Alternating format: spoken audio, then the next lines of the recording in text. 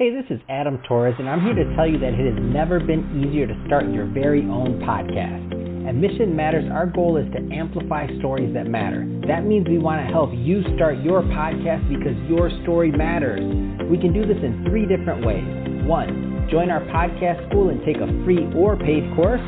2, visit our resources page where we've already figured out what you need, such as where to host your podcast. Or 3, heck, we can even do everything for you through our podcast agency, including editing for cheaper than you can do in-house. Oh, and no contract, service is month to month. Get started by heading over to missionmatters.com and click on Start a Podcast. All right, now let's get into the show. Hey, I'd like to welcome you to another episode of the Mission Matters Business Podcast, your source for all things business. My name is Adam Torres. You can follow me on Instagram at AskAdamTorres. Keep up with my book releases, book tour schedule, signings, all that other good stuff. Always love to connect with you there. And as always, if you'd like to apply to become a co-author of one of my upcoming books, just head on over to the website, missionmatters.com, and click on Become an Author to apply. All right, so today I have Bridgit Dengel Gaspard on the line, and she's founder of New York City Inner Voice Dialogue Center and also author of The Final Eighth, Enlist Your Inner Selves to Accomplish Your Goals. Bridgit, welcome to the show. Hi, Adam. Nice to be here. All right, so excited to get into today's topic. So for those of you that have been listening to me for a long time, you know I love supporting authors and I love selling books. So I'm happy to bring The Final Eighth to my audience, and we're going to get into that. But before we do, let's go a little bit further into your background. So how did you get started in your career in business? So I'm a coach and also a therapist, and I specialize in creativity and use this technique called voice dialogue. And it's created by my mentors, Hal and Sidra Stone, and I started to train other people in how to do it. So I made a center, the New York City Inner Voice Dialogue Center, because it's really powerful work. And then as I was working with clients, this phenomenon sort of just announced itself to me that so many of my hardworking, dedicated, talented clients, in other words, they were doing everything right. They got 7/8 of the way there. And then they were literally stalled in front of their finish line. And that's when I labeled it the Final Eighth. It just came out, and I would describe it to my client like, this sounds like a Final Eighth issue, and they would agree. And through that work with the voice dialogue, where you honor all the different parts of you, they all have wisdom. They can also each have a sting. And that these different parts have different opinions about your goal. And that's what's happening when you're stalled and stuck, is that you think you want your goal with every fiber of your being, but the truth is not all of you wants what you think you want, and for good reason. That's why I like the voice dialogue approach, which is in my book, so it guides the readers through the whole process. But that there's wisdom in those parts of us we are taught to hate, or if that's a strong word, but like procrastinator, or resistor. And often they really have concerns that are legitimate. And so if you listen to them instead of trying to fight them, you often melt away these obstacles in a very short period of time because those parts were holding on to something until you were going to deal with the issue, whatever that is. So, Bridgit, I want to go into this book because it seems like first off, I was looking through it and I'm thinking to myself, I'm like, some of the titles that you have in there, The Inner Selfie Report, Chapter 2. I mean, I saw this and I'm like, so, and for the listeners, you know, there's only so much of the book we can give away in a, 10 to 15 minute podcast episode. And if we did have more time, by the way, we wouldn't. Why? Because I want you to go out there and buy this book. But let's just dive into some of the content. So, The Inner Selfie Report. Tell us a little bit more about that. So I love this exercise, and all the listeners can do it. The assignment is you start to notice what parts of yourself are operating throughout the day. So that could be like a responsible part, a good boy or a girl, a fun-loving part, and you literally just write them down, and that's the selfie report. But you can also include parts that want to say something and don't necessarily say it.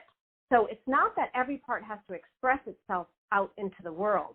And this selfie report, besides the fact that it's kind of fun, it's very enlightening. Like, I don't know, Adam, what selves do you think you might put on your selfie report today? Who is operating a little bit in your life today? No, I get it. I get it completely. So tell me how the activity works though. Like, how does it, like, take me through, like, I'm reading this book and I'm thinking about it and I'm kind of, and I'm starting, and I'm like, oh, like, how does the activity work? Lay it out for me. So with a lot of people, they start with their goal, like whatever goal that they're stuck on. And let's just say it's a client who wants to get a promotion at work. And so I would say to them, write down the selves, and you don't need to take a lot of time, literally a bullet point that are operating. And you start in the morning. Like, are you doing enough self-care so that you're strong enough to have the energy you need to get through the day? Are your inner wounded child to the really important meeting? And you write that down, but the idea is then when we go back and talk about it, it's like we have to take better care of that inner child. That inner child doesn't belong with the very bossy boss, shall we say. And so how it helps people is they get to control what's going on. Often when people are stuck, they sometimes feel like powerless and helpless. And I'm like, that's how you feel. But let's see who in you is operating. And then sometimes I have people do a weekday versus a weekend because they're often very different selves, because we give ourselves permission in certain arenas. So let's say we're hanging out with some really good friends at a Saturday barbecue.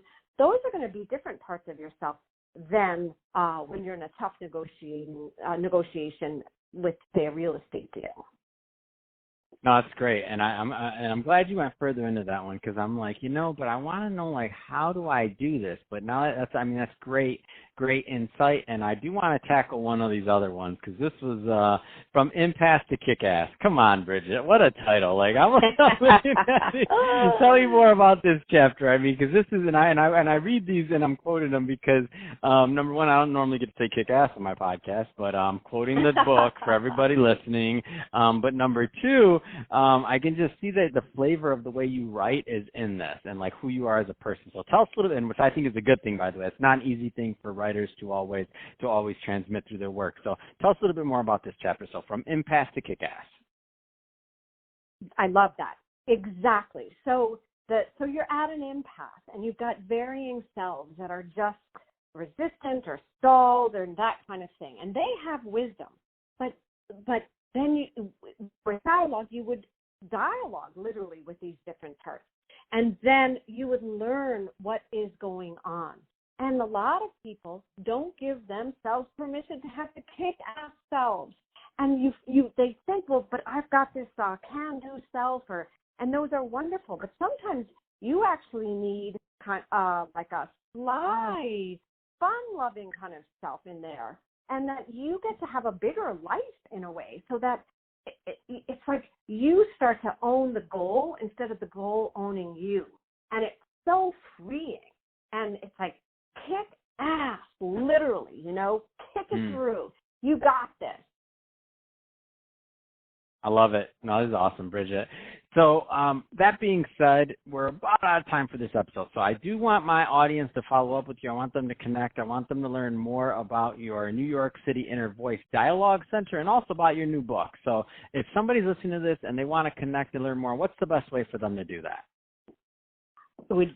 I would love for anyone to feel free to contact me. You can Google thefinalace.com, or that's the website. I'm on social media, my name, Bridgit Dengel Gaspard, as well as The Final Ace. So if you just put that in, you'll probably find 7 ways to get me, and I'd love to hear from you. And the book is sold wherever books are sold. So you could get it in Amazon or Indie Books, whatever you like. Fantastic. Well, Bridget, congrats again on the new book, and awesome having you on the show, and happy to bring that to our audience today. And to the audience, as always, thank you for tuning in. Hope you got a lot of value out of this. If you did, don't forget, subscribe to the podcast, leave me a review on the Apple iTunes Store. If you're watching this on our YouTube channel, Mission Matters Business, definitely give us a subscribe there, but also leave us some comments in the video. I want to know what kind of projects and things that you're working on. And Bridget, thanks again for coming on the show. Oh, thanks so much.